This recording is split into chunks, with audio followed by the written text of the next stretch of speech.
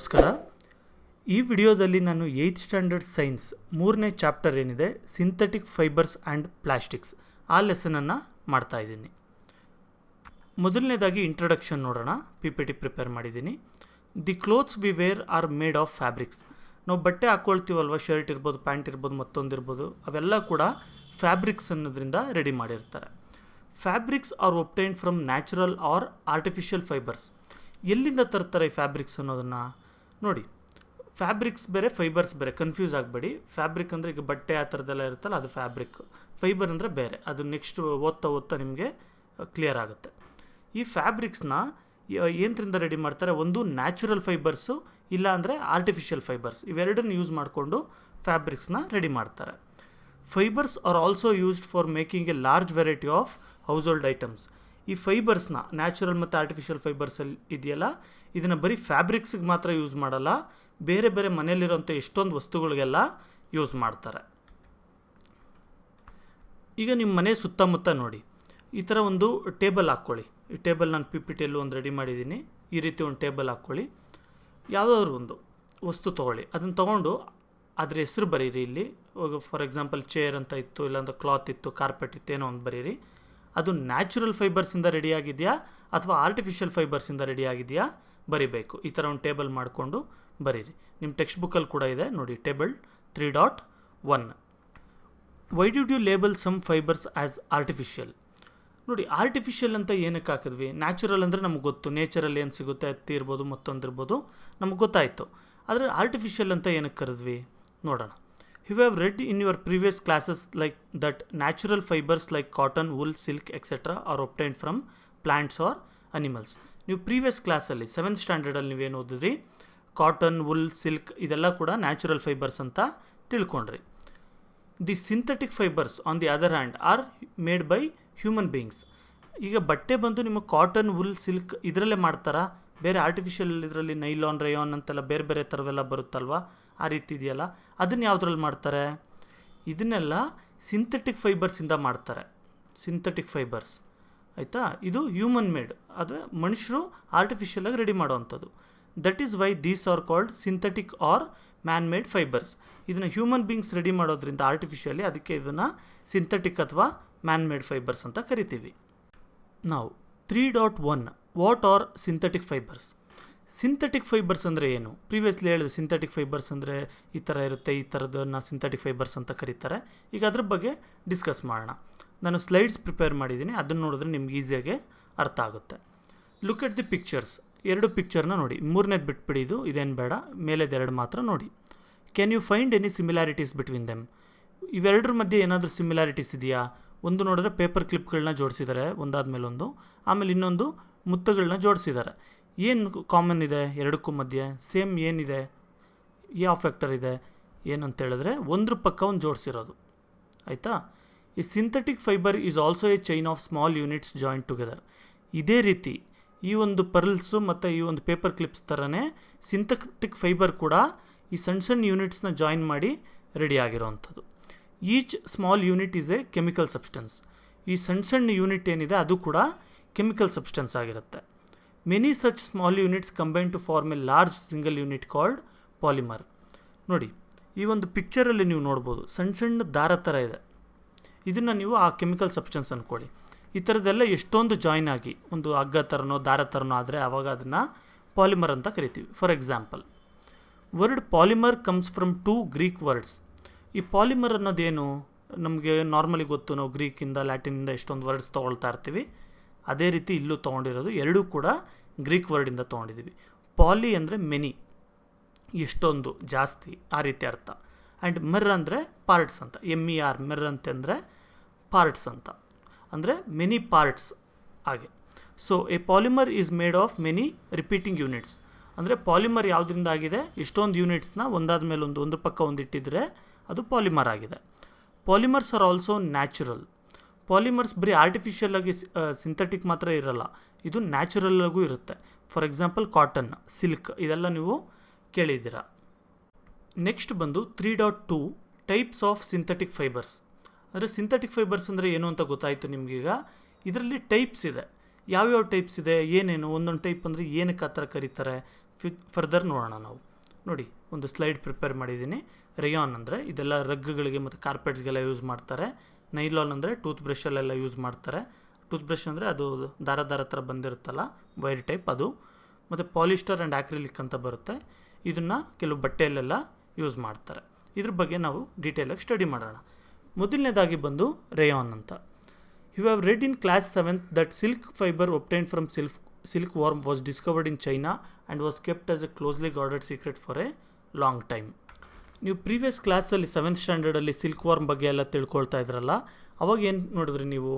ನೋಡಿ, silk warm rearing ಮತ್ತು ಇದು ರೇಷ್ಮೆ ಎಲ್ಲ ರೆಡಿ ಮಾಡೋದು ಚೈನಾದವ್ರಿಗೆ ಮಾತ್ರ ಗೊತ್ತಿತ್ತು.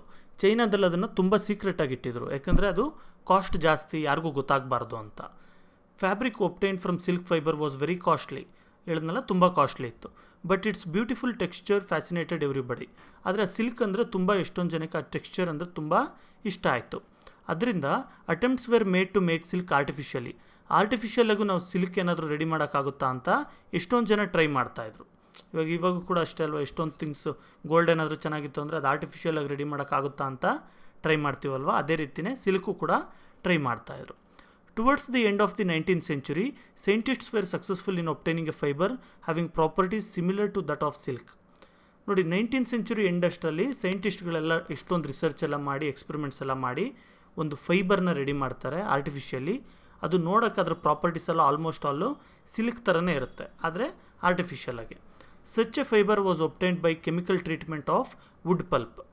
ನೋಡಿ, ವುಡ್ ಪಲ್ಪ್ನ ಯೂಸ್ ಮಾಡಿ, ಮರದ ಪಲ್ಪ್ ಬರುತ್ತೆ, ಅದನ್ನು ಯೂಸ್ ಮಾಡಿ ಅದಕ್ಕೆ ಕೆಮಿಕಲ್ಸ್ ಎಲ್ಲ ಒಂಚೂರು ಆ್ಯಡ್ ಮಾಡಿ ಈ ಒಂದು ಆರ್ಟಿಫಿಷಿಯಲ್ ಸಿಲ್ಕ್ ಟೈಪ್ನ ರೆಡಿ ಮಾಡ್ತಾರೆ.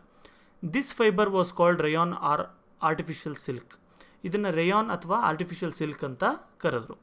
Although rayon is obtained from a natural source wood pulp, yet it is a man made fibre. ನೋಡಿ, ನಾರ್ಮಲಾಗಿ ಹೇಳಿದ್ರೆ ಅಂದರೆ ವುಡ್ ಪಲ್ಪ್ ಎಲ್ಲ ನ್ಯಾಚುರಲ್ ಅಲ್ವಾ, ಅಂದರೆ ನೇಚರಿಂದನೇ ನಾವು ರೆಡಿ ಮಾಡಿರೋದಿಲ್ವಾ ಅಂತ ಕೇಳಬೇಡಿ. ವುಡ್ ಪಲ್ಪಿಂದ ತೊಗೊಂಡ್ರು ಕೂಡ ಇದನ್ನು ಹ್ಯೂಮನ್ಸ್ ಅದನ್ನು ಕನ್ವರ್ಟ್ ಮಾಡ್ತಾ ಇದ್ದಾರೆ ಬೇರೆ ಫಾರ್ಮ್ಸ್ಗೆ, ಅದರಿಂದ ಇದು ಮ್ಯಾನ್ ಮೇಡ್ ಆಗಿದೆ. It is cheaper than silk and can be woven like silk fibres. ಇದು ಸಿಲ್ಕ್ಗಿಂತ ತುಂಬ ಚೀಪ್ ಇರುತ್ತೆ, ಅಂದರೆ ಕಾಸ್ಟ್ ಕಮ್ಮಿ ಇರುತ್ತೆ. ಮತ್ತು ಸಿಲ್ಕ್ ಫೈಬರ್ಸ್, ಇವಾಗ ರೇಷ್ಮೆನ ಯಾವ ರೀತಿ ಎಣೆದು ಸೀರೆ ಮಾಡೋದು ಅದೆಲ್ಲ ಮಾಡ್ತಾರೆ, ಅದೇ ರೀತಿ ಇದನ್ನು ಮಾಡ್ಬೋದು. It can also be dyed in a wide variety of colours. ಸಿಲ್ಕ್ಗೆ ಯಾವ ರೀತಿ ಕಲರ್ಸ್ ಎಲ್ಲ ಹಾಕಿ ರೇಷ್ಮೆಗೆಲ್ಲ ಬೇರೆ ಬೇರೆ ಥರ ಸೀರೆ, ಬೇರೆ ಬೇರೆ ಥರ ಬಟ್ಟೆ ಮಾಡ್ತಾರೆ, ಅದೇ ರೀತಿ ಇದಕ್ಕೂ ಕೂಡ ಬೇರೆ ಬೇರೆ ಕಲರ್ಸ್ ಆ್ಯಡ್ ಮಾಡ್ಬೋದು. Rayon is mixed with cotton to make bedsheets or mixed with wool to make carpets. ನೋಡಿರಿ, ಈ ರೇಯಾನ್ನ ಏನು ಮಾಡ್ತಾರೆ, ಕಾಟನ್ ಜೊತೆ ಮಿಕ್ಸ್ ಮಾಡಿಬಿಟ್ಟು ಅದನ್ನು ಕಾರ್ಪೆಟ್ಸ್ ಮಾಡ್ತಾರೆ.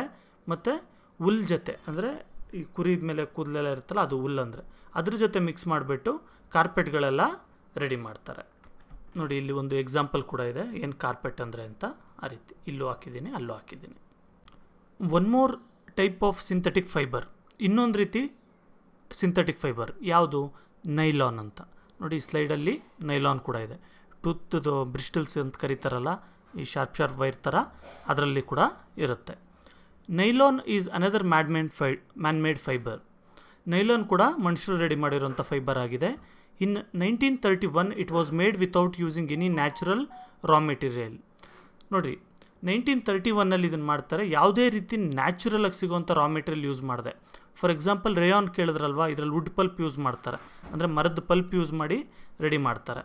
ಆದರೆ ನೈಲಾನಲ್ಲಿ ಬಂದು ಯಾವುದೇ ರೀತಿ ಪ್ಲ್ಯಾಂಟ್, ಅನಿಮಲ್ ಏನು ನ್ಯಾಚುರಲ್ ರಾ ಮೆಟೀರಿಯಲ್ ಏನು ಯೂಸ್ ಮಾಡ್ದೇ ರೆಡಿ ಮಾಡೋವಂಥದ್ದು.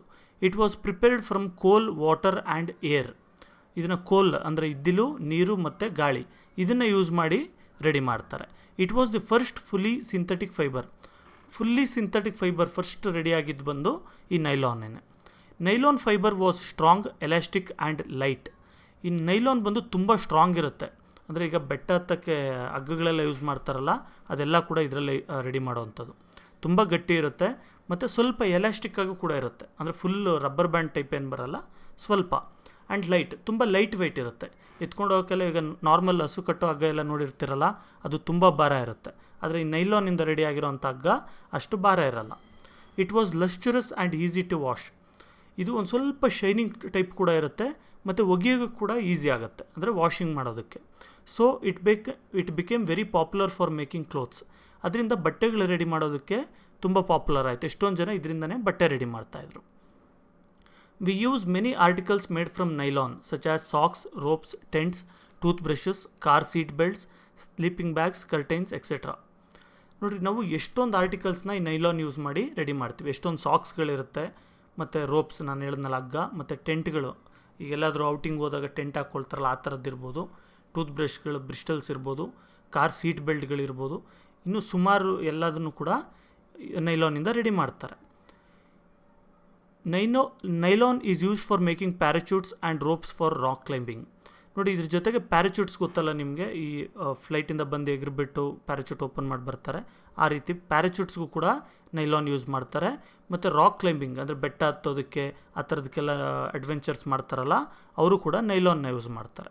ಏನಕ್ಕೆ ಅಂದರೆ ಇದು ಗಟ್ಟಿ ಇದೆ, ಮತ್ತು ಮಾಮೂಲಿ ಹಗ್ಗಕ್ಕಿಂತ ತುಂಬ ಗಟ್ಟಿ ಇರುತ್ತೆ, ಮತ್ತು ಇದು ಲೈಟ್ ವೆಯ್ಟ್. ಇವ್ರು ಅಷ್ಟೊಂದು ಭಾರ ಎತ್ಕೊಂಡು ಮೇಲೆ ಹೋಗಬೇಕು ಅಂತೇನಿರಲ್ಲ, ಲೈಟ್ ವೆಯ್ಟ್ ಇರೋದ್ರಿಂದ ಅದು ಕೂಡ ಒಂದು. ಈ nylon thread is actually stronger then A steel wire. ಈ ಸ್ಟೀಲ್ ವೈರ್ಗಳು ನೋಡಿದಿರಲ್ಲ, ಅದಕ್ಕಿಂತ ಕೂಡ ಇದು ತುಂಬ ಸ್ಟ್ರಾಂಗ್ ಆಗಿರುತ್ತೆ ನೈಲಾನ್ದು. ಈಗ ನಾನು ನೈಲಾನ್ ಥ್ರೆಡ್ ಬಂದು ಸ್ಟೀಲ್ ವೈರ್ಗಿಂತ ತುಂಬ ಸ್ಟ್ರಾಂಗ್ ಇರುತ್ತೆ ಅಂತ ಹೇಳಿದ್ನಲ್ಲ, ನಿಜನ ಇಲ್ವಾ ಅಂತ ಒಂದು ಎಕ್ಸ್ಪೆರಿಮೆಂಟ್ ಇದೆ. ಇದನ್ನು ಯಾವಾಗಾದರೂ ಎಕ್ವಿಪ್ಮೆಂಟ್ ಇತ್ತು ಅಂದರೆ ನೀವು ಟ್ರೈ ಮಾಡ್ಬೋದು. ಆ್ಯಕ್ಟಿವಿಟಿ 3.1 ಅಂತ. Take an iron stand with A clamp. ಸಿಂಪಲಾಗಿ ಹೇಳ್ತೀನಿ ನೋಡಿ ಏನಂತ. ಈ ಥರ ಒಂದು ಸ್ಟ್ಯಾಂಡ್ ರೆಡಿ ಮಾಡ್ಕೊಳ್ಳಿ. ಯಾವುದೂ ಆಗಿಲ್ಲ ಅಂದರೆ ಒಂದು ದಾರ ಕಟ್ಟೋದಕ್ಕೆ ಯಾವುದಾದ್ರು ಒಂದು ಜಾಗ ತೊಗೊಳ್ಳಿ, ಒಂದು ಟೇಬಲ್ಗೋ ಇಲ್ಲ ಇನ್ನೊಂದಕ್ಕೋ ಮತ್ತೊಂದಕ್ಕೋ ಯಾವುದಕ್ಕಾದರೂ. ಈ ಥರ ಒಂದು ವೆಯ್ಟ್ಗೆ ದಾರ ಕಟ್ಟೋ ಥರ ಜಾಗ ಇರಬೇಕು. ಆ ಥರ ತೊಗೊಂಡು ನೀವು 4 ಥರ ದಾರ ತೊಗೊಳ್ಳಿ, ಸೇಮ್ ಒಂದು ವಿಡ್ತ್ ಇರೋಂಥದ್ದು, ಸೇಮ್ ಡಯಾಮೀಟರ್ ಇರೋಂಥದ್ದು. ಒಂದು ಕಾಟನ್ನು, ವುಲ್ಲು, ಸಿಲ್ಕ್ ಮತ್ತು ನೈಲಾನ್, ಈ ಥರ 4 ಥರ ದಾರ ತೊಗೊಂಡು ಒಂದೊಂದನೇ ಟ್ರೈ ಮಾಡಿ. ಕಾಟನ್ ದಾರನ ಈ ಥರ ಕಟ್ಟಿಬಿಟ್ಟು ಲಾಸ್ಟಲ್ಲಿ 1 kgದು ಒಂದು ಕಬ್ಬಿಣದ ಪೀಸ್ ಏನಾದರೂ ಇಟ್ಟಿರಿ, ತಡೆಯುತ್ತಾ ನೋಡಿರಿ. 1.5 kgದು ಆ್ಯಡ್ ಮಾಡಿರಿ, ತಡೆಯುತ್ತಾ ನೋಡಿರಿ. ಈ ಥರ ಟೆನ್ಸೈಲ್ ಸ್ಟ್ರೆಂತ್ ಟೆಸ್ಟಿಂಗ್ ಅಂತ ಕರೀತಾರೆ ಇದನ್ನು. ಈ ಥರ ಮಾಡಿಬಿಟ್ಟು ಯಾವ ಪಾಯಿಂಟಲ್ಲಿ ಬ್ರೇಕ್ ಆಗುತ್ತೆ ಈ ದಾರ, 1.5 kgಗೆ ಆಗುತ್ತಾ, 2.5 kgಗೆ ಆಗುತ್ತಾ, 5 kgಗೆ ಆಗುತ್ತಾ, ಈ ಥರ ಚೆಕ್ ಮಾಡಿ. ಈ ರೀತಿ ಕಾಟನ್ಗೆ ಎಷ್ಟಕ್ಕೆ ಬ್ರೇಕ್ ಆಗುತ್ತೆ, ವುಲ್ಗೆ ಎಷ್ಟು ಬ್ರೇಕ್ ಆಗುತ್ತೆ ಅಂದರೆ ವುಲ್ ದಾರಕ್ಕೆ, ಮತ್ತು ಸಿಲ್ಕ್ ದಾರ ಆದರೆ ಎಷ್ಟಕ್ಕೆ ಬ್ರೇಕ್ ಆಗುತ್ತೆ, ಮತ್ತು ನೈಲಾನ್ ದಾರದಲ್ಲಿ ಕಟ್ಟಿದರೆ ಎಷ್ಟು ವೆಯ್ಟ್ಗೆ ಬ್ರೇಕ್ ಆಗುತ್ತೆ, 5 kgಗೆ ಆಗುತ್ತಾ, 100 kgಗೆ ಆಗುತ್ತಾ, ಟೆಸ್ಟ್ ಮಾಡಿ ನೋಡಿ. Next 3rd type of synthetic fibre, polyester and acrylic. ಇದು ಕೂಡ ಸ್ಲೈಡಲ್ಲಿದೆ ನೋಡ್ಬೋದು. ಒಂದು ಬಟ್ಟೆ ಎಲ್ಲ ರೆಡಿ ಮಾಡೋಕ್ಕೆ ಯೂಸ್ ಮಾಡ್ತಾ ಇದ್ದಾರೆ. Polyester is another synthetic fibre. ಇದು ಕೂಡ ಒಂದು ರೀತಿ ಸಿಂಥೆಟಿಕ್ ಫೈಬರ್ ಆಗಿದೆ. Fabric made from this fibre does not get wrinkled easily.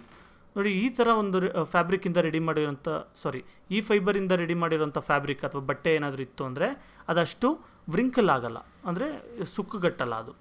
It remains crisp and is easy to wash. ಇದು ಒಗೆಯೋಕ್ಕೂ ಕೂಡ ತುಂಬ ಈಸಿಯಾಗಿರುತ್ತೆ, ಮತ್ತು ಐರನ್ ಏನು ಅಷ್ಟು ಬೇಕಾಗಲ್ಲ. So it is quite suitable for making dress material. ಅದಕ್ಕೆ ನೀವು ಡ್ರೆಸ್ ಮೆಟೀರಿಯಲ್ ಏನಾದರೂ ತೊಗೊಂಡ್ರಿ ಅಂದರೆ ಅದು ಆಲ್ಮೋಸ್ಟ್ ಆಲ್ ಪಾಲಿಯೆಸ್ಟರಿಂದನೇ ಮಾಡಿರ್ತಾರೆ. You must have seen people wearing polyester shirts and other dresses.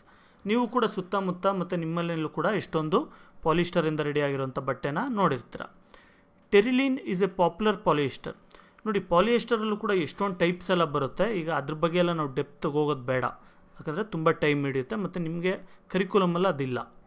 It can be drawn into very fine fibres that can be woven like any other yarn.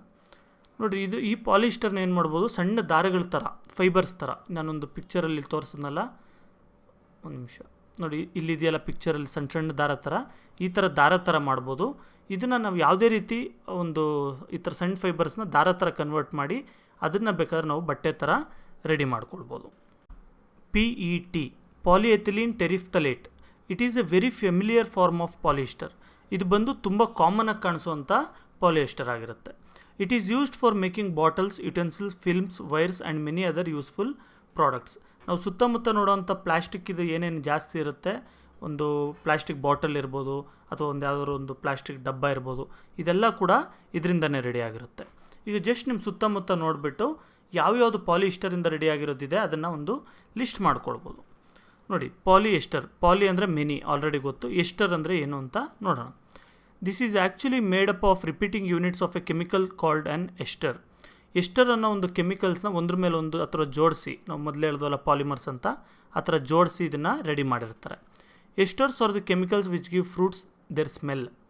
ನೋಡಿ, fruits ಅದು ಒಳ್ಳೆ smell ಬರುತ್ತಲ್ಲ, ಆ smell ಏನಕ್ಕೆ ಬರುತ್ತೆ ಅಂದರೆ ಈ esters ಅನ್ನೋವಂಥ ಒಂದು ಕೆಮಿಕಲ್ಸ್ ಇರುತ್ತೆ ಆ ಫ್ರೂಟಲ್ಲಿ, ಅದಕ್ಕೇ. Fabrics are sold by names like polycot, polywool, tericot etcetera. ನೋಡಿರಿ, ಈ ಪಾಲಿಸ್ಟರ್ಸಲ್ಲೂ ಕೂಡ ಎಷ್ಟೊಂದು ರೀತಿ ಬರುತ್ತೆ. ಅದಕ್ಕೆಲ್ಲ ಪಾಲಿಕಾಟ್, ಪಾಲಿವುಲ್, ಟೆರಿಕಾಟ್ ಈ ಥರ ಎಲ್ಲ ಕೂಡ ಕರೀತಾರೆ.